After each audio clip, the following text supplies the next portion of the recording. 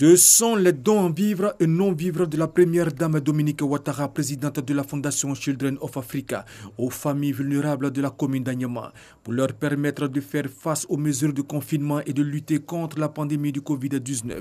Ces dons sont composés essentiellement de 350 sacs de riz de 25 kg, de 300 sachets de pâtes alimentaires, 100 cartons de bidons d'huile, 30 cartons de boîtes de sardines, 40 cartons de boîtes de pâtes et de tomates, 40 cartons de gel désinfectant, 500 dispositifs de lavage des mains, 80 cartons de savon morceau, 30 cartons d'eau de javel et 300 balais à manches.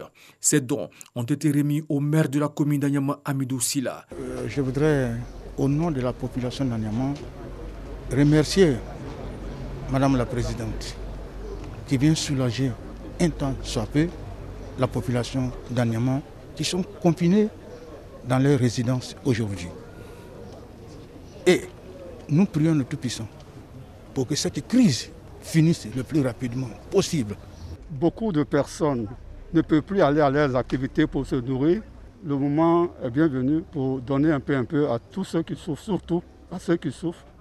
Et que nous allons aussi respecter les consignes qui nous sont données.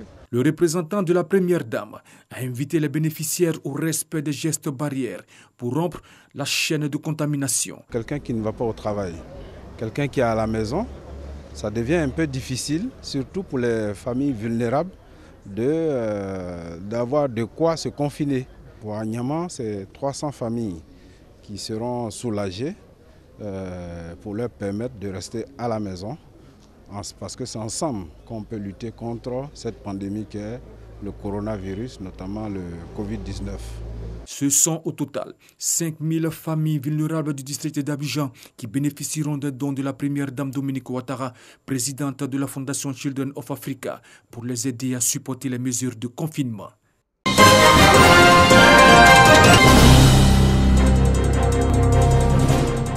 Nous allons donc parcourir les artères de la ville. Tout individu qui sera pris après le couvre-feu sera interpellé. À Dabou, dans la région des Grands Ponts, le couvre-feu est rentré dans les mœurs.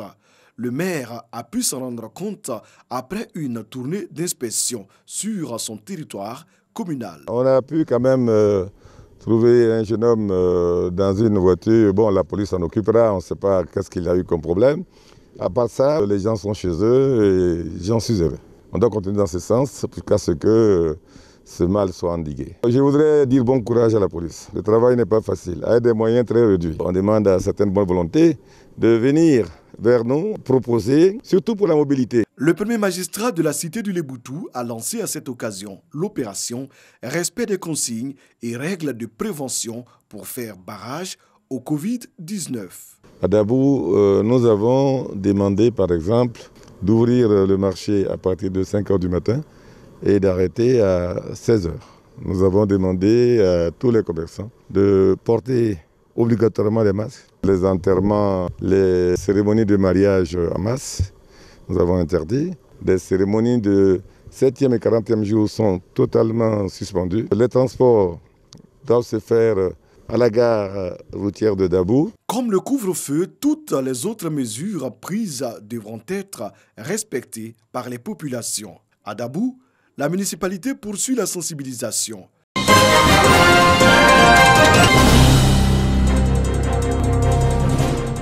Le mouvement pour la revalorisation du commerce en Côte d'Ivoire a décidé de prendre son bâton de pèlerin afin de participer à la sensibilisation des commerçants des marchés de la commune de Yopougon sur les bons gestes face à la pandémie du coronavirus.